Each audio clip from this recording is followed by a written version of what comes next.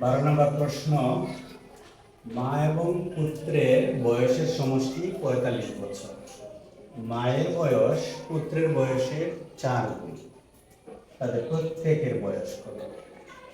আমরা প্রথমেই যে প্রথম বাক্যটি আছে সেই বাক্য থেকে আমাদের সমাধানটা শুরু করব। লেখা আছে মা এবং পুত্রের বয়সের সমষ্টি। তাহলে আমরা লিখবো এখানে মায়ের বয়স যোগ পুত্রের বয়স সমান মা এবং পুত্রের বয়সের সমষ্টি। মায়ের বয়স যোগ পুত্রের বয়স মানে কি? মা এবং পুত্রের বয়সের সমষ্টি। আচ্ছা, এবার এসে আমরা এখানে আবার মাঝখানে যখন সমান চিহ্ন থাকবে তখন আমরা এখানে প্রথমে বা লিখব। মায়ের বয়স এখানে কি বলছে? মায়ের বয়স পুত্রের বয়সের 4 গুণ। তাইলে এখানে আমরা মায়ের বয়স না লিখে লিখবো পুত্রের বয়সের 4 গুণ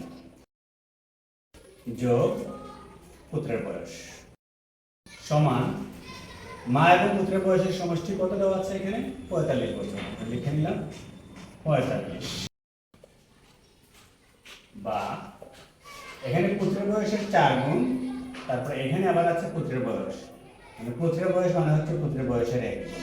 তাহলে কি হলো? পুত্রের বয়সের 4 গুণ আর পুত্রের বয়সের 1 গুণ সমান হচ্ছে পুত্রের বয়সের 5 গুণ। তাহলে আমরা এখন লিখে নিব পুত্রের বয়সের 5 গুণ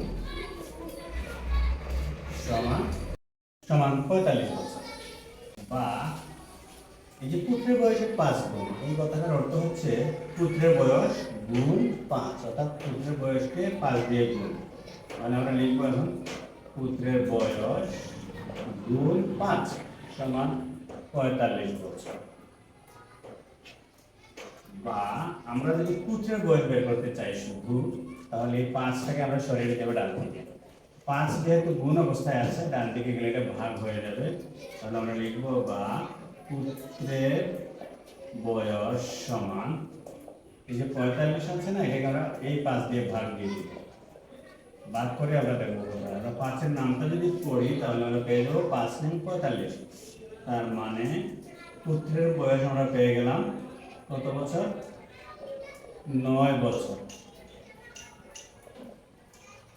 আচ্ছা, আমরা পুত্রের বয়সটা পেয়ে গেছি, আমাদের দরকার এখন মায়ের বয়স।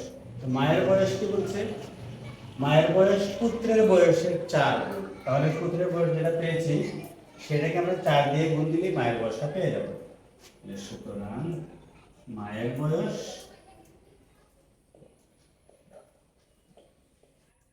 সমান 9 গুণ 4 সমান 4 নং 36 বছর। তো আমরা মা এবং পুত্রের প্রত্যেকের বয়স পেয়ে গেছি। প্রশ্ন বলেছিল তাদের প্রত্যেকের বয়স কত? আমরা পেয়ে গেলাম পুত্রের বয়স 9 বছর, মায়ের বয়স 36 বছর। এই হচ্ছে প্রশ্নটি।